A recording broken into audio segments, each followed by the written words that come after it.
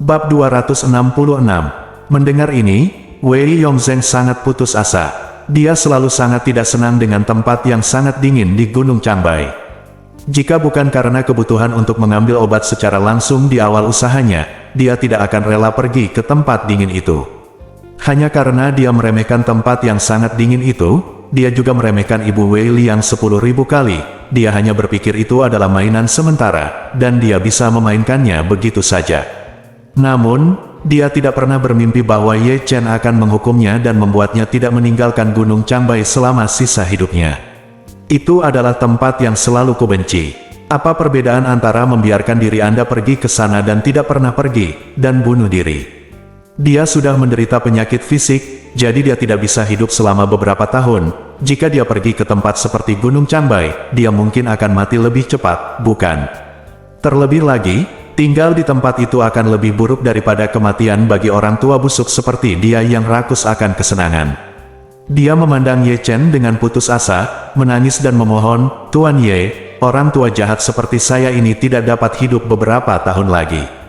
Tolong tunjukkan belas kasihan. Saya bersedia memberikan farmasi Wei kepada Wei Liang. Tolong izinkan saya tinggallah di Jinling, habiskan masa tuamu dengan damai." Ye Chen bertanya dengan dingin, "Pernahkah kamu berpikir bahwa Ibu Wei Liang telah meninggal selama 20 tahun? Kamu bajingan hidup 20 tahun lebih lama darinya, dan kamu telah menghasilkan banyak uang. Jadi, sisanya ketika saatnya tiba, pergilah ke Gunung Cangbai untuk bertobat. Kamu tidak hanya harus menggali ginseng ke pegunungan setiap hari, tetapi kamu juga harus mengunjungi makam Ibu Wei Liang setiap hari."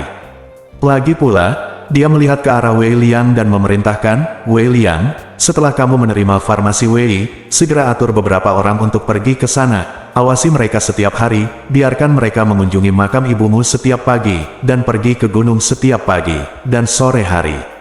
Kumpulkan ginseng, jangan izinkan mereka menggunakan ponsel, berselancar di internet, atau menonton TV, biarkan mereka menjalani kehidupan bekerja saat matahari terbit dan istirahat saat matahari terbenam setiap hari. Jika mereka berani memperlambat pekerjaannya, mereka akan melakukannya langsung hancurkan kaki mereka dan lemparkan ke salju hingga mati kedinginan." Slowly, darah Wei Liang mendidih karena kegembiraan. Tanpa diduga, Ye Chen tidak hanya membantunya mendapatkan obat-obatan Wei, tetapi juga membantunya menghukum Wei Yongzheng dan Wei Changming, ayah dan anak.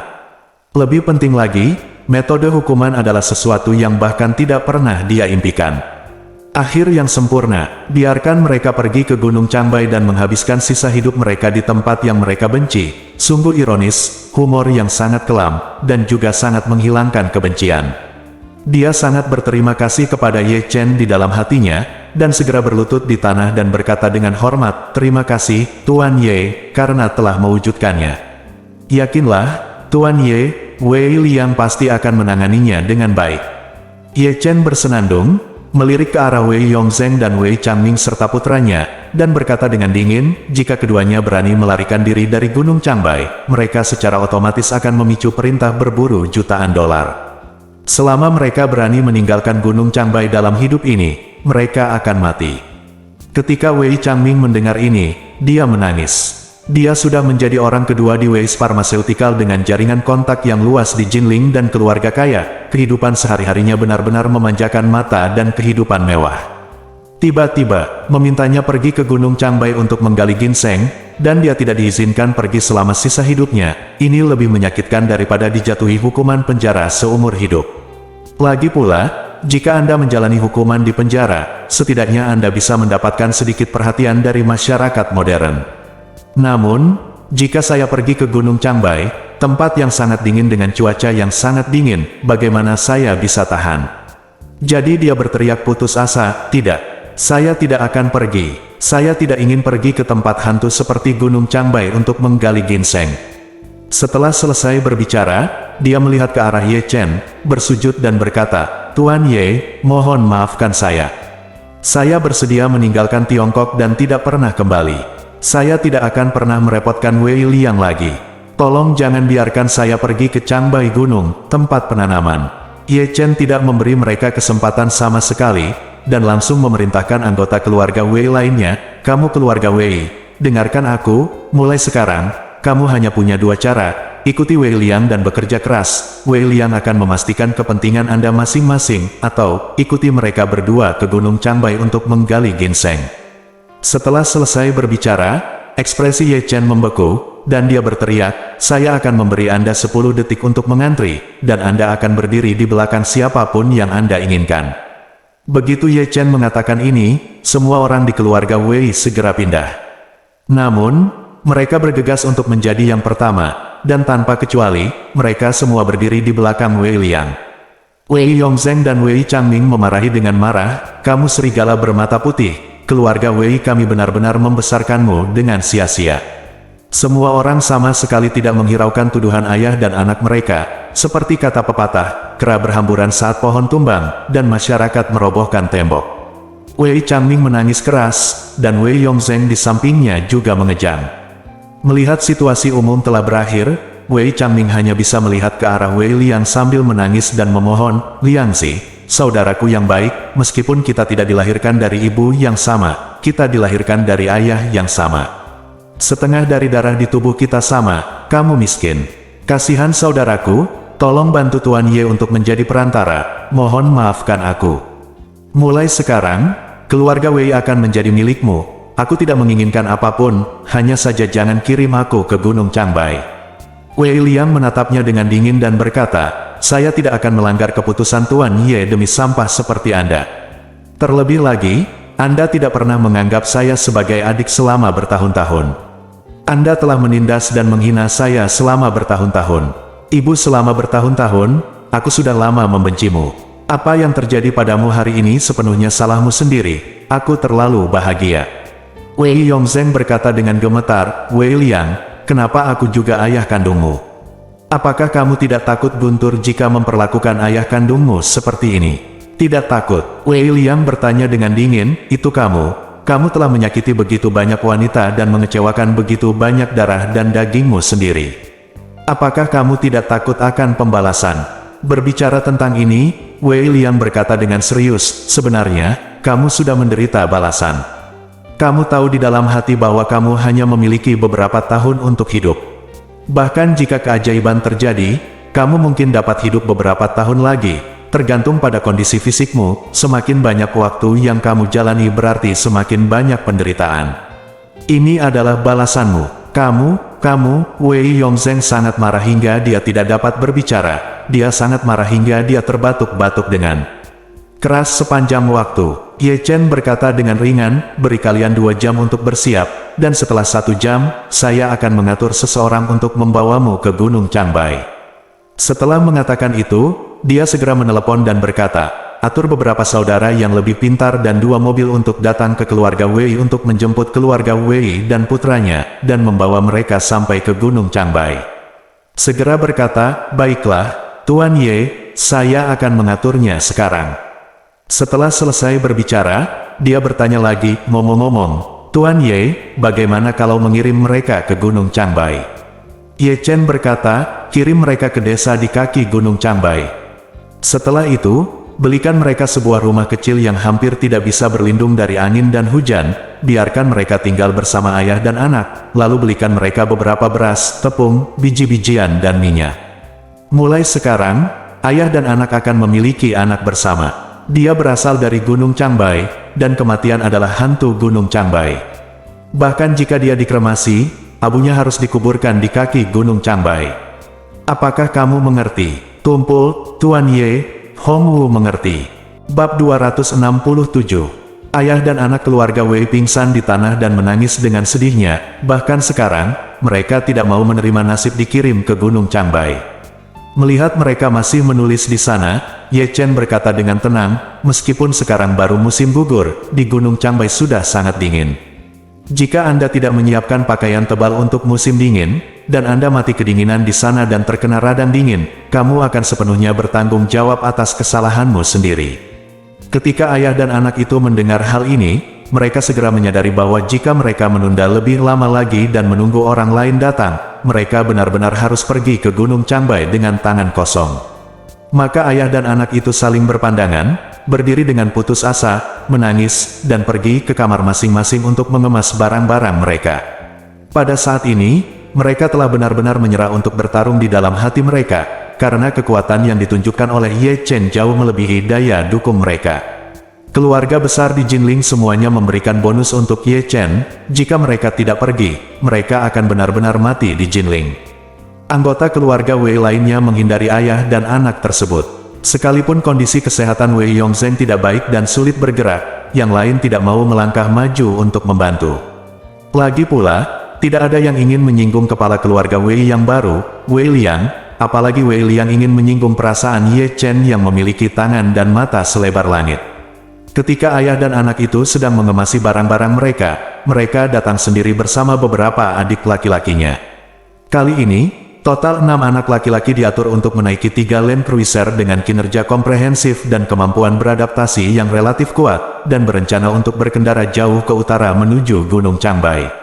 Setidaknya dibutuhkan 2 hari untuk menempuh jarak 2000 km.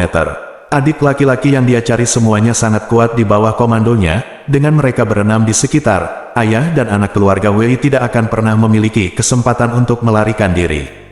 Bahkan Ye Chen merasa bahwa mereka mungkin tidak berani lari jika disuruh melarikan diri, karena begitu mereka melarikan diri, mereka akan dikejar oleh orang-orang dari semua lapisan masyarakat, dan mereka akan benar-benar kehilangan nyawa saat itu, sehingga mereka mungkin sebaiknya pergi ke Gunung Changbai dengan jujur, gali ginseng. Setengah jam kemudian, ayah dan anak keluarga Wei, yang telah mengemas 2 kotak besar barang bawaan, datang ke lobi dengan barang bawaan mereka dengan wajah putus asa. Melihat ini, Ye Chen berkata, "Oke, orang dan mobil yang membawamu ke utara ada di sini. Luangkan waktu untuk masuk ke dalam mobil dan berangkat sekarang." Ayah dan anak itu hanya bisa mengangguk sedih, lalu dibawa pergi oleh beberapa adik laki-lakinya. Ketika mereka pergi, mereka berdua menoleh ke belakang 3 kali, tetapi meskipun mereka enggan untuk pergi, mereka harus keluar saat ini. Wei Yongzheng sangat menyesalinya. Jika saya mengetahui hal ini, akan lebih baik bagi Wei Liang untuk dengan jujur memberinya posisi ketua yang dia janjikan setelah dia menyelesaikan krisis. Dalam hal ini, Wei Liang pasti tidak akan pergi ke Gunung Changbai. Oleh karena itu, alasan mengapa kita ada di sini pada hari ini pada akhirnya adalah karena perbuatan kita sendiri. Wei Liang menyaksikan Wei Yongzheng dan Wei Changming masuk ke dalam mobil dengan mata kepalanya sendiri. Ketiga mobil tersebut meninggalkan keluarga Wei dan langsung menuju Gunung Changbai, yang jaraknya lebih dari 2000 km. Dia meneteskan air mata sampai konvoi itu menghilang dari pandangan. Segera, dia melangkah ke depan Ye Chen. Tanpa mengucapkan sepatah kata pun, dia segera berlutut dan bersujud 3 kali. Kemudian dia mengangkat kepalanya dan berkata dengan suara tercekat, "Terima kasih, Tuan Ye."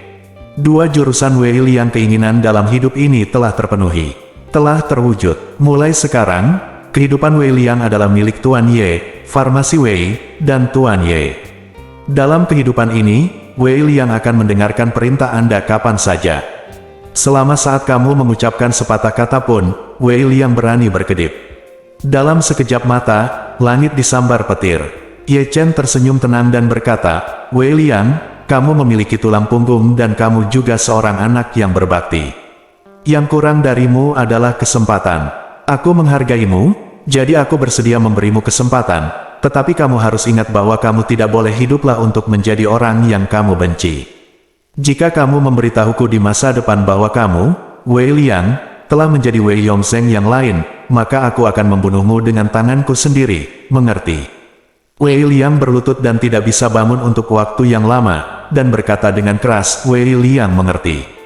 Jika Wei Liang bahkan sedikit mirip dengan Wei Yongzheng di masa depan dan gagal dalam instruksi Tuan Ye, Wei Liang bersedia mati untuk itu, meminta maaf. Ye Chen mengangguk, dan berkata dengan ringan, "Bangun, bereskan, dan kelola properti keluarga Wei dengan baik, dan suatu hari nanti, aku mungkin membutuhkanmu." Wei Liang segera berkata, "Tuan Ye punya perintah." Wei Liang tidak berani menolak. Bagi Wei Liang, hidupnya sudah lengkap hari ini. Oleh karena itu, selama sisa hidupnya, hanya ada 2 pemikiran di benaknya. Pertama, balas kebaikan besar Ye Chen. Kedua, jalani kehidupan yang berbeda dari Wei Yongzheng. Ye Chen menepuk bahu Wei Liang dan berkata dengan tenang, "Lakukan pekerjaan dengan baik dan buat ibumu bangga padamu meskipun dia berada di bawah pengaruh Jiuquan." Wei Liang mengangguk dengan berat dan tidak bisa berhenti menangis. Ye Chen berkata kepada si Tianqi dan Chen Xiaozhao saat ini, masalahnya sudah selesai, ayo pergi. Chen Xiaozhao memandang Ye Chen saat ini, seolah-olah dia sedang melihat dewa yang turun dari surga. Dia tidak pernah berpikir bahwa seorang pria bisa begitu mendominasi dan bahkan begitu menawan. Ketika Ye Chen menugaskan ayah dan anak keluarga Wei tadi, auranya benar-benar belum pernah terjadi sebelumnya. Meskipun si Tianqi telah melihat banyak hal dalam hidupnya, dia juga semakin mengagumi Ye Chen, dan semakin merasa bahwa keputusannya untuk tinggal di Jinling adalah salah satu keputusan paling tepat yang dia buat selama ini.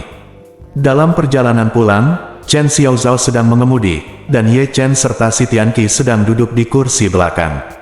Si Tianqi masih menghela nafas, Tuan Ye, penanganan Anda terhadap keluarga Wei sangat masuk akal dan beralasan sehingga si Mo mengaguminya, dia tanpa henti. Ye Chen sedikit tersenyum, cara terbaik untuk menghukum seseorang adalah dengan memaksanya menerima hal-hal yang paling dia benci. Gunung Changbai adalah gunung harta karun kami di Tiongkok. Gunung ini kaya akan produk. Saya tidak tahu berapa banyak harta karun di sana ya, tapi Wei Yongzheng baru saja menyebutkannya Gunung Changbai membenci dan membencinya, jadi mengapa tidak membiarkan dia tinggal di Gunung Changbai selama sisa hidupnya.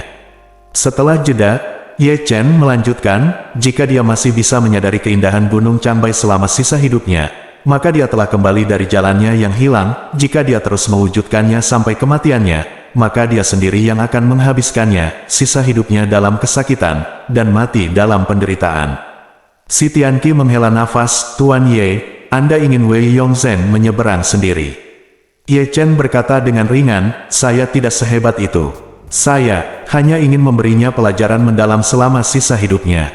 Adapun apakah dia bisa bertahan hidup sendiri, itu tidak ada hubungannya dengan saya. Mungkin dia bisa, saya tidak tahan dengan lingkungan di sana setelah tiba di Gunung Changbai dan gantung diri. Atau dia bisa sadar sepenuhnya dan mati dengan baik di Gunung Changbai, tapi ini semua bergantung pada dirinya sendiri dan tidak ada hubungannya dengan saya. Si Tianqi melengkungkan tangannya dan berkata dengan nada meyakinkan, Tuan Ye, Anda adalah orang yang sangat bijaksana.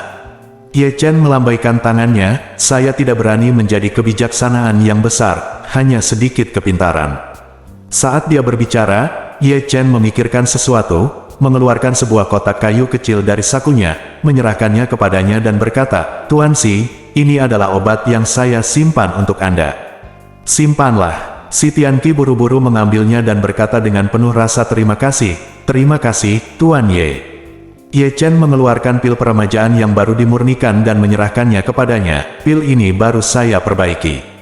Jika Anda meminumnya sebelum tidur di malam hari, itu akan membuat Anda setidaknya 10 tahun lebih muda. Jika tidak terjadi apa-apa, ini juga dapat menambah 10 tahun umurmu. Si Tianqi tercengang ketakutan, iya, Tuan Ye, obat ini benar-benar memiliki efek ajaib. Bab 268. Pil peremajaan memang bisa dikatakan sebagai obat peri bagi masyarakat awam. Toh, benda ini memang bisa membuat orang awet muda bahkan memperpanjang umurnya. Namun, bagi Ye Chen, ramuan ini bukanlah sesuatu yang istimewa, bahkan ramuan peremajaan hanyalah ramuan tingkat rendah yang tercatat dalam 9 kitab suci surgawi yang misterius. Total ada 30 pil yang dimurnikan kali ini. Dia berencana menyimpan sebagian untuk dirinya sendiri untuk menguatkan tubuhnya, dan menyimpan sebagian lainnya. Jika ada orang yang lebih patuh dan berakal sehat, dia bisa memberi hadiah pada satu. Meskipun si Tianqi sudah sangat tua dan seorang veteran di bidang pengobatan tradisional Tiongkok, di mata Ye Chen, dia sebenarnya hanya separuh dari muridnya. Dia dengan sepenuh hati berharap bisa berada di sisinya dan membalas kebaikannya. Meski dalam banyak kasus dia tidak bisa banyak membantu, untungnya dia memiliki hati yang tulus. Selain itu, dia sudah tua, jadi memberinya pil peremajaan adalah sebuah hal yang baik, kebaikan alami.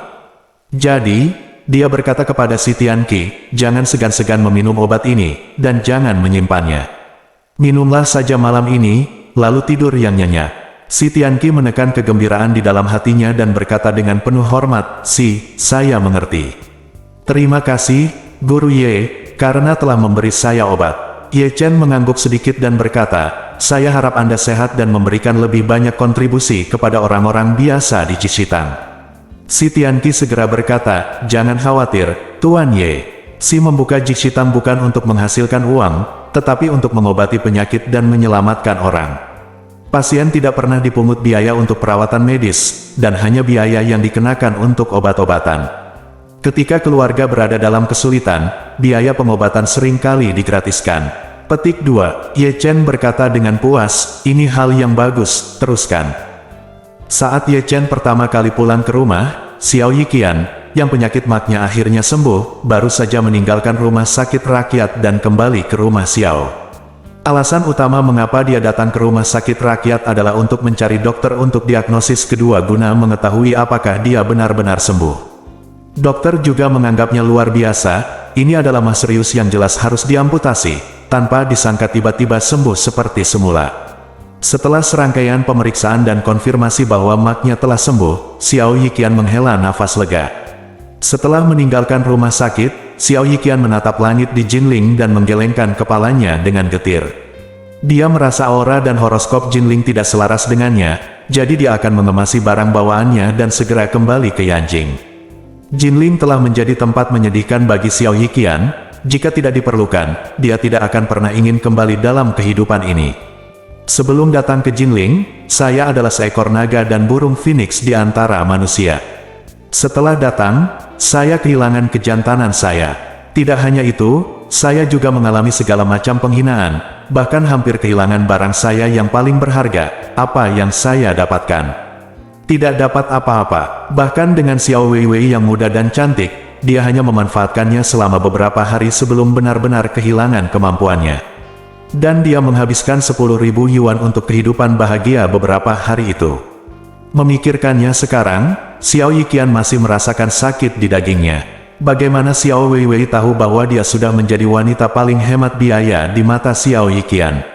Dia telah menunggu Xiao Yiqian kembali, menunggu Xiao Yiqian mendapatkan kembali kejayaannya.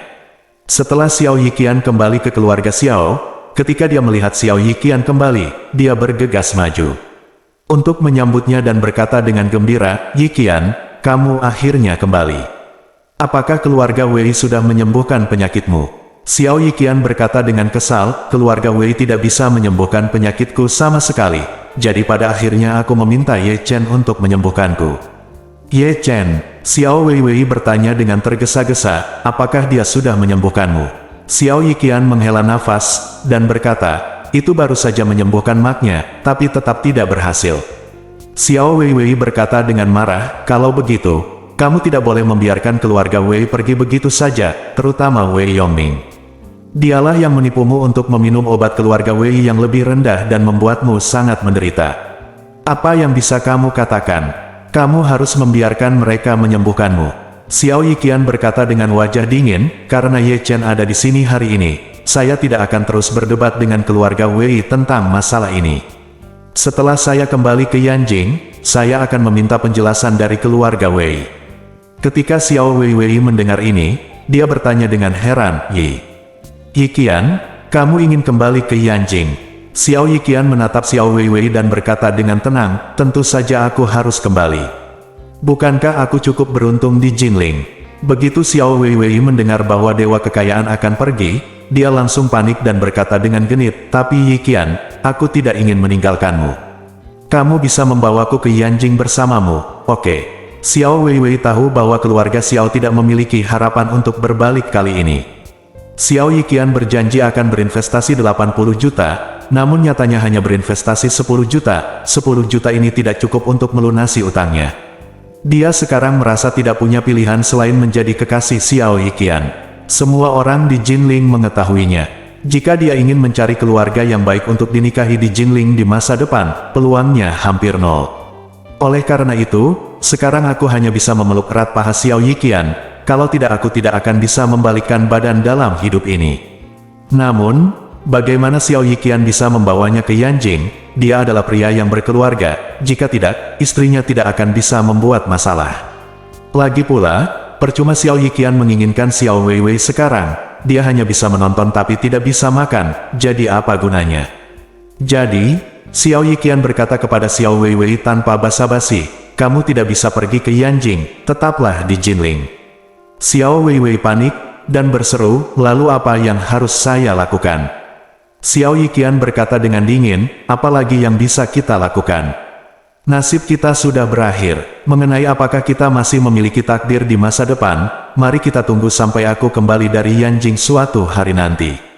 Xiao Yiqian tiba-tiba ingin pergi, dan seluruh keluarga Xiao menjadi bingung. Nyonya Xiao tetap berharap Xiao Yiqian bisa menebus 80 juta yang dijanjikan. Jika Xiao Yiqian pergi saat ini, itu sama saja dengan menendang keluarga Xiao ke dalam jurang. Saat itu, keluarga Xiao tidak punya pilihan lain selain bangkrut. Terlebih lagi, karena perusahaan masih memiliki banyak hutang yang tidak dapat dilunasi, bahkan villa lama Nyonya Xiao pun mungkin tidak dapat diselamatkan saat itu. Oleh karena itu, Xiao Yiqian hampir menjadi satu-satunya tantangan bagi Nyonya Xiao. Jika dia pergi, keluarga Xiao akan jatuh ke dalam situasi putus asa lagi. Jadi, mata wanita tua Xiao menjadi merah dan memohon pada Xiao Yiqian dengan putus asa, "Tuan Xiao, jika kamu pergi, keluarga Xiao kita akan tamat. Kita adalah keluarga kita sendiri. Wei Wei telah mengikutimu lagi. Kamu tidak bisa meninggalkanku di belakang. Kami tidak peduli." Setelah mengatakan itu, Nyonya Xiao buru-buru berkata, "Dokter Xiao, mengapa Anda tidak membawa kami kembali ke Yanjing? Bersama-sama, mulai sekarang, kami akan berada di sisi Anda dan Anda akan mengikuti petunjuk Anda dalam segala hal." Xiao Changqian yang berada di samping juga memohon, "Ya, Direktur Xiao, keluarga Xiao kami telah memperlakukan Anda dengan segala cara akhir-akhir ini ketika Anda berada di Jinling, dan ayah saya juga menyelamatkan nyawa ayah Anda, jadi Anda harus melakukan kerja bagus dan bawa kami bersamamu.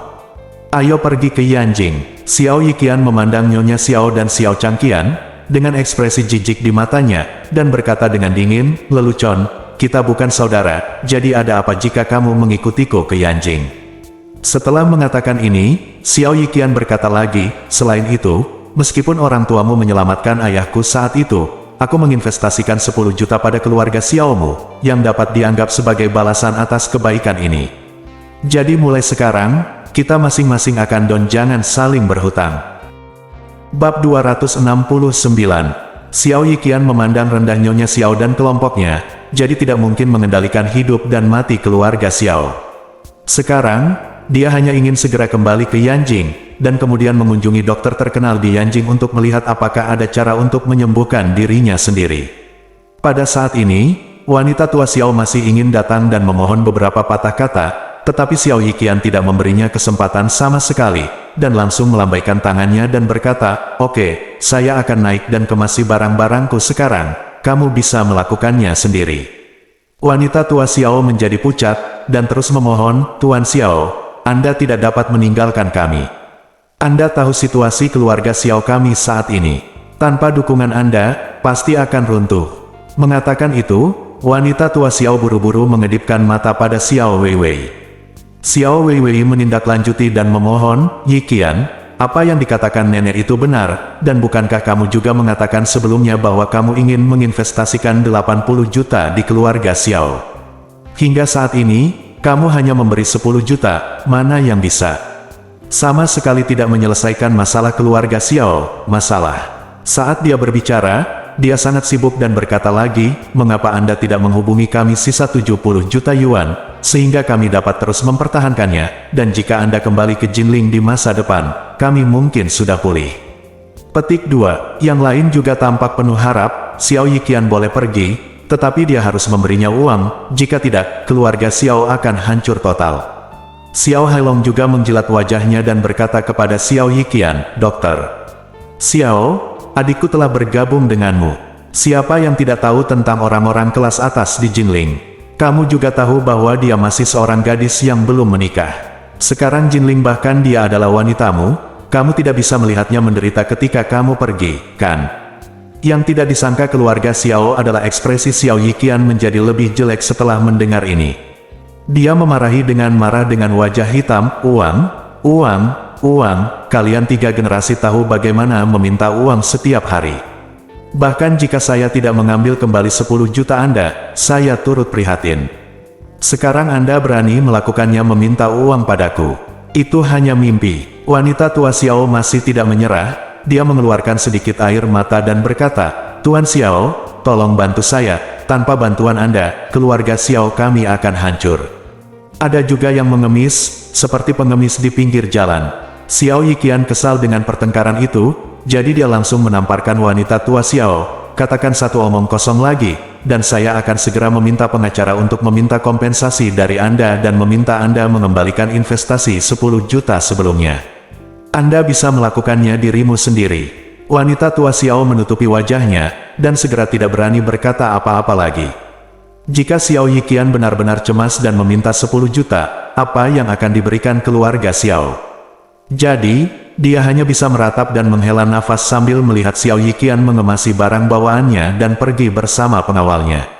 Setelah Xiao Yiqian pergi, Xiao Ren jatuh ke dalam suasana kesedihan.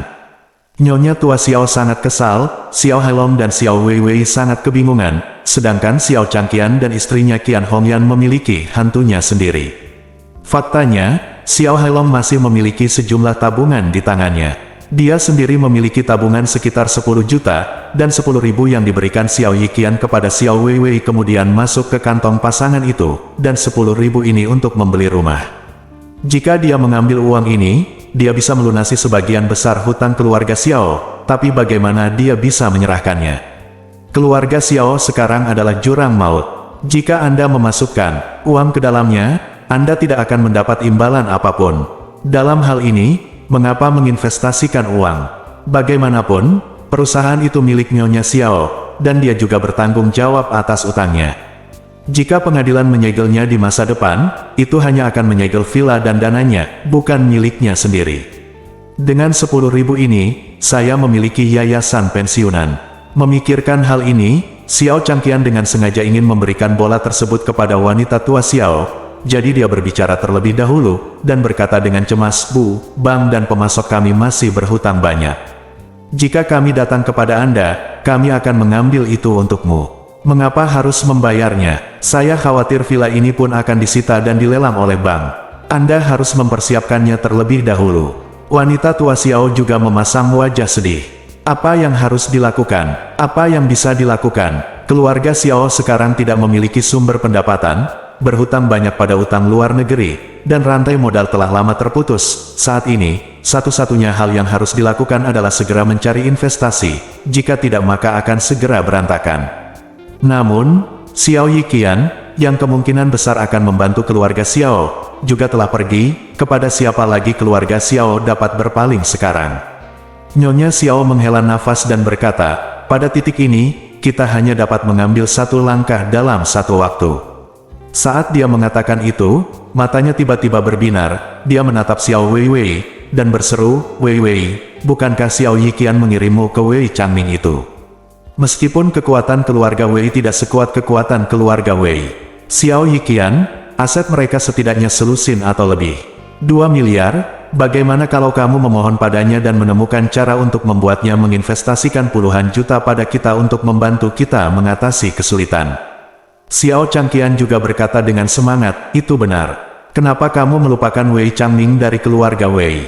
Wei, kamu punya beberapa cerita dengannya, jadi dia tidak bisa berbuat apa-apa saat ini, bukan?" Saat ini, Xiao Weiwei tidak peduli untuk merasa malu pada bangsanya sendiri. Begitu dia berpikir bahwa Wei Changming mampu menyelesaikan masalah keluarga Xiao, dia segera mengeluarkan ponselnya dan menelepon Wei Changming. Namun dia tidak tahu bahwa Wei Changming sedang duduk di Land Cruiser, menuju utara dengan kecepatan tinggi. Sopirnya tidak tahu disengaja atau tidak, tapi dia memainkan All the Way North oleh Jay Chou ketika Wei Changming mendengar lagu ini, hatinya menjadi dingin. Apalagi ponselnya sudah lama diambil dan dimatikan, karena Ye Chen dengan jelas telah memerintahkan agar dia tidak boleh menggunakan ponselnya atau menjelajahi internet. Jadi, dia tidak tahu sama sekali bahwa Xiao Weiwei sedang mencarinya dengan sangat cemas saat ini. Setelah beberapa panggilan gagal, Xiao Weiwei sedikit terkejut. Dia mengambil ponselnya dan bergumam, "Apa yang terjadi?" Ponsel Wei Changming dimatikan. Keluarga Wei baru saja menyelesaikan masalah Xiao Yiqian, dan sekarang saatnya untuk bernapas lega. Petik 2. Nyonya Xiao berkata, "Mungkin baterai ponselnya habis. Coba telepon lagi nanti." Bagus. Xiao Weiwei hendak mencoba lagi nanti. Saat ini, kekacauan besar yang baru saja terjadi di keluarga Wei telah menyebar ke seluruh Jinling. Terutama industri farmasi, yang langsung menimbulkan badai laut.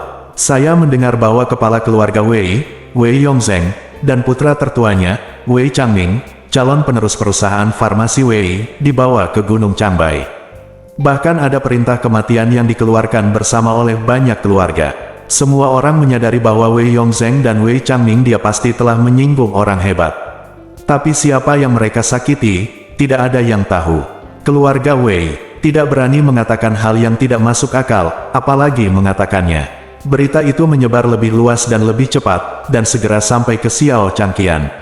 Ketika dia mengetahui bahwa Wei Changming dan ayahnya Wei Yongzheng telah benar-benar kehilangan kekuasaan dan sekarang sedang dalam perjalanan ke Gunung Cangbai untuk menggali ginseng, dia tiba-tiba jatuh dalam keputusasaan yang tiada taraf. Dia memberitahu keluarga Xiao tentang hal ini, dan tekanan darah wanita tua Xiao langsung naik, dan dia jatuh kembali dalam keadaan linglung. Jika bukan karena penglihatan dan tangan Xiao Chang yang cepat, wanita tua itu mungkin akan terjatuh dengan parah. Xiao Changqian membantu wanita tua itu ke sofa dan duduk. Wanita tua itu menangis, menepuk pahanya dan menangis, "Ya Tuhan, kamu akan membunuh keluarga Xiao." Bab 270. Nyonya tua Xiao benar-benar putus asa. Dia tidak ingin seluruh kerja keras hidupnya sia-sia pada akhirnya. Terlebih lagi, dia tidak lagi memiliki real estate lain di Jingling, hanya villa ini. Jika keluarga Xiao benar-benar bangkrut, villa ini pasti akan disita. Saat itu juga dia dan keluarga putra sulungnya akan diturunkan ke jalanan.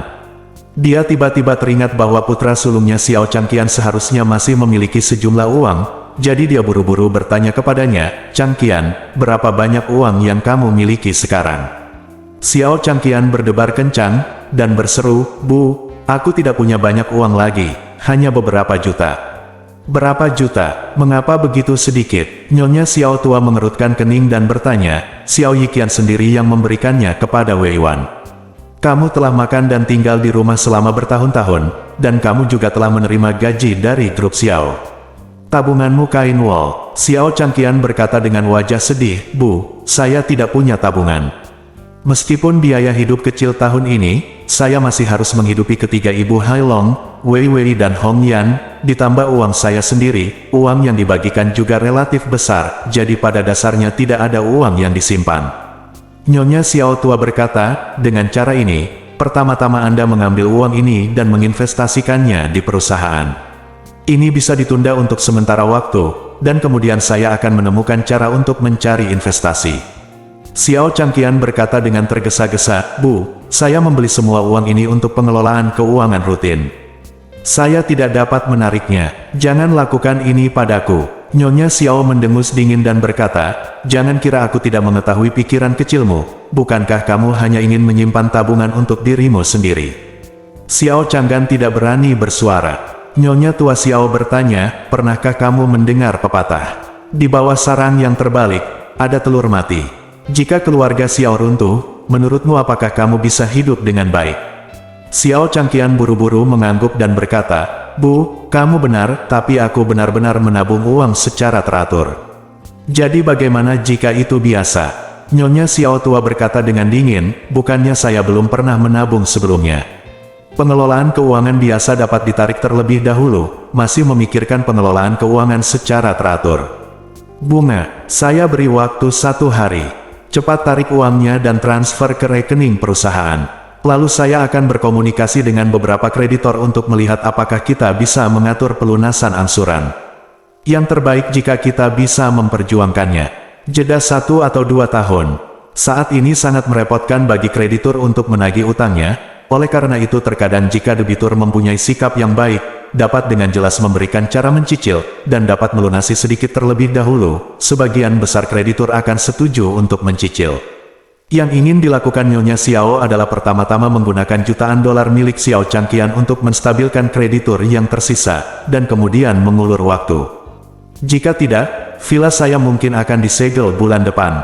Xiao Changqian merasakan 10.000 keengganan di dalam hatinya. Dia tahu bahwa keluarga Xiao adalah jurang maut sekarang, dan dia tidak mau mengeluarkan uang ke dalamnya apapun yang terjadi. Tetapi karena ibunya sangat kuat, dia hanya bisa mengangguk, berpura-pura setuju, dan berkata, "Bu, jangan khawatir, Hong Yan dan aku akan bertemu nanti. Pergi ke bank, tarik uang dari rekening keuanganmu, dan transfer ke rekening perusahaan." Nyonya Xiao sekarang sedikit puas dan berkata, saya kira Anda memiliki setidaknya 10 juta uang tunai. Ayo lakukan ini. Anda dapat mentransfer 8 juta ke rekening perusahaan terlebih dahulu. Jika tidak cukup, kami akan menunggu.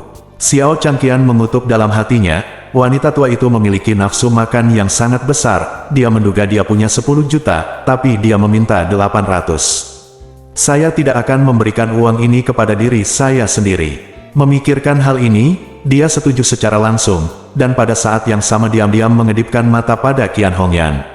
Setelah setuju, Xiao Changqian berkata kepada wanita tua itu, "Bu, Hongyan dan saya akan berbisnis sekarang. Ibu bisa menunggu di rumah sebentar." Nyonya Xiao mengangguk puas, pergi dan cepat kembali. Xiao Changqian menyeret Qian Hongyan keluar rumah. Begitu Qian Hongyan meninggalkan rumah, dia tidak sabar untuk bertanya, "Apakah kamu gila? Mengapa kamu berjanji pada wanita tua itu dan memberinya 8 juta? Kami hanya punya sekitar 10.000 totalnya." "Aku tidak gila," Xiao Changqian berkata dengan tergesa-gesa, "berjanji kepada ibuku hanyalah cara untuk menunda serangan. Ayo kita belanjakan uangnya secepatnya agar dia tidak khawatir.